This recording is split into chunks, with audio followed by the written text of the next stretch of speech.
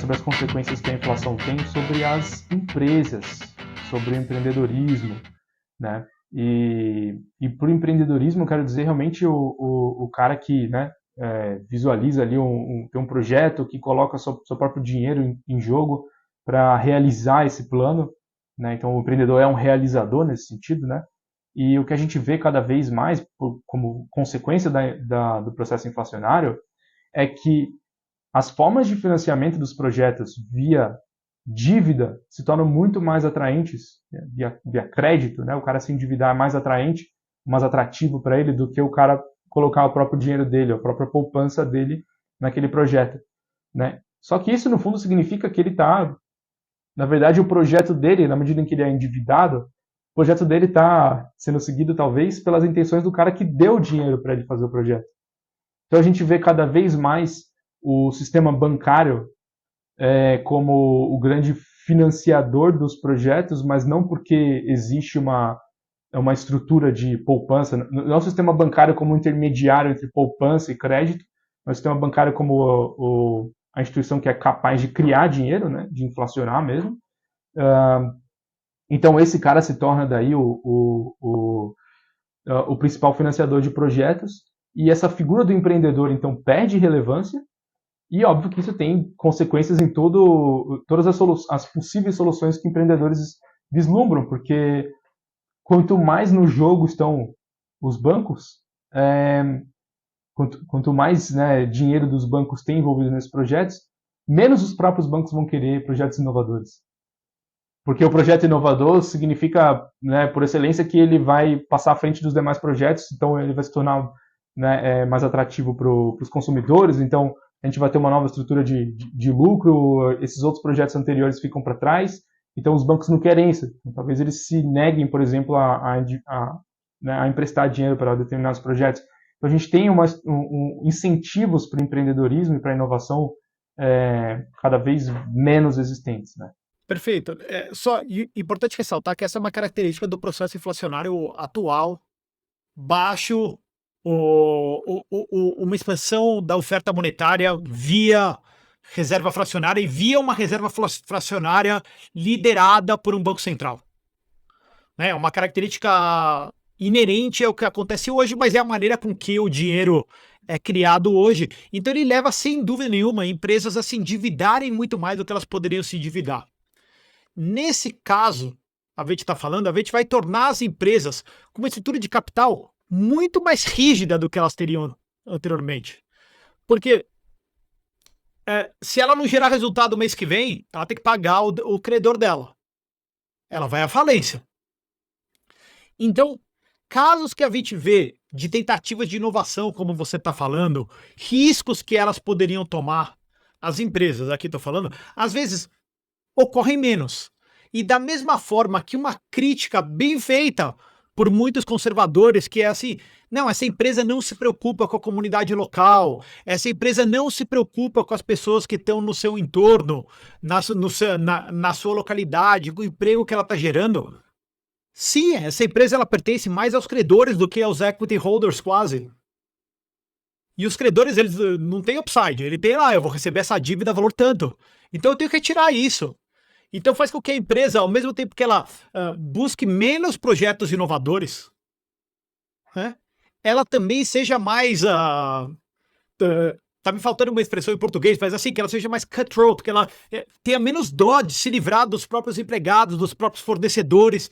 Essas relações, elas se tornam muito mais importantes só para o amanhã e não para o ano que vem. Eu tô olhando sempre para o dia seguinte. Porque o dia seguinte eu tenho que pagar aquela dívida que eu tomei. Ao mesmo tempo que esse financiamento barato me dá vantagens contra os meus competidores, ele também gera essa necessidade o tempo inteiro de eu estar gerando resultado. E para que eu não quero dizer que se a empresa só tem equity, a empresa não vai estar buscando resultado. Lógico que ela vai estar buscando resultado positivo. Mas o resultado positivo, a geração de valor da empresa, ela não ocorre só em D+1. Ela ocorre lá para frente. O tempo inteiro. Lógico que eu preciso de D+1 para gerar o fluxo de caixa. Toda empresa quebra no caixa e não tanto na geração de lucro ou prejuízo. Né? Mas eu tenho menos problema de caixa no começo. né? Menos o meu fluxo de caixa negativo é menor. Então, ou a saída de caixa, né, que eu tenho previstas. Então, eu posso pensar em daqui a 6 meses, eu posso pensar em cultivar uma relação de mais longo prazo, tanto com os meus empregados, com os meus fornecedores, como com os meus clientes. Na outra, não. Eu tenho que estar o tempo inteiro pensando no cifrão que esse cara vai me gerar amanhã. E não só daqui a 10 anos. Tá? Então, aqui também um ponto que, beleza, a crítica está correta. A empresa, enfim, que não tem um tratamento bom com ninguém, que trata todo mundo como um nada. Ninguém tá falando que é positivo isso. Então, ok? Uma crítica moral, acho que vale a pena.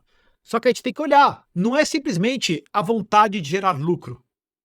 Tem a ver com a necessidade de uma estrutura de capital errada, estimulada fortemente pelo processo inflacionário.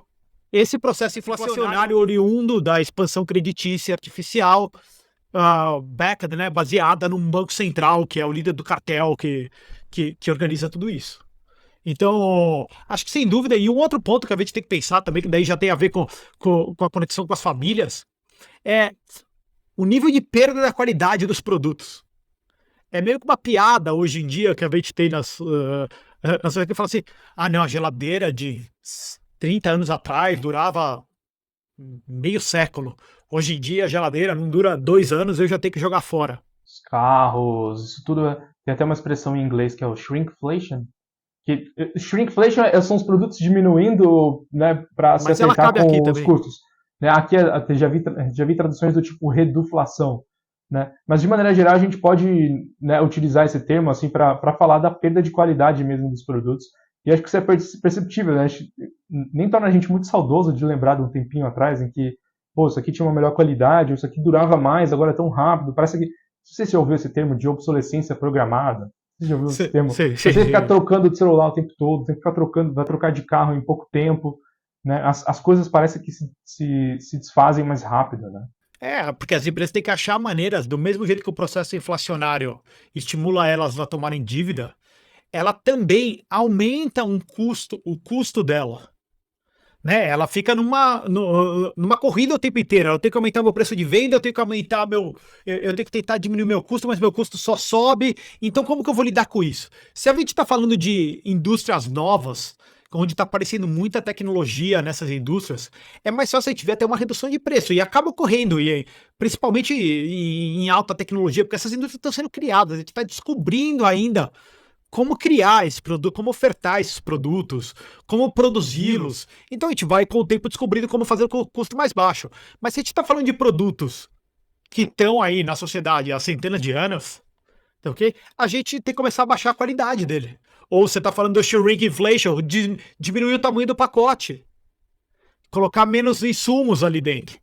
Até uma coisa importante, né? Porque essas novas indústrias, elas também são menos reguladas, né, Sérgio? Elas têm menos bloqueios impostos pelo próprio Estado.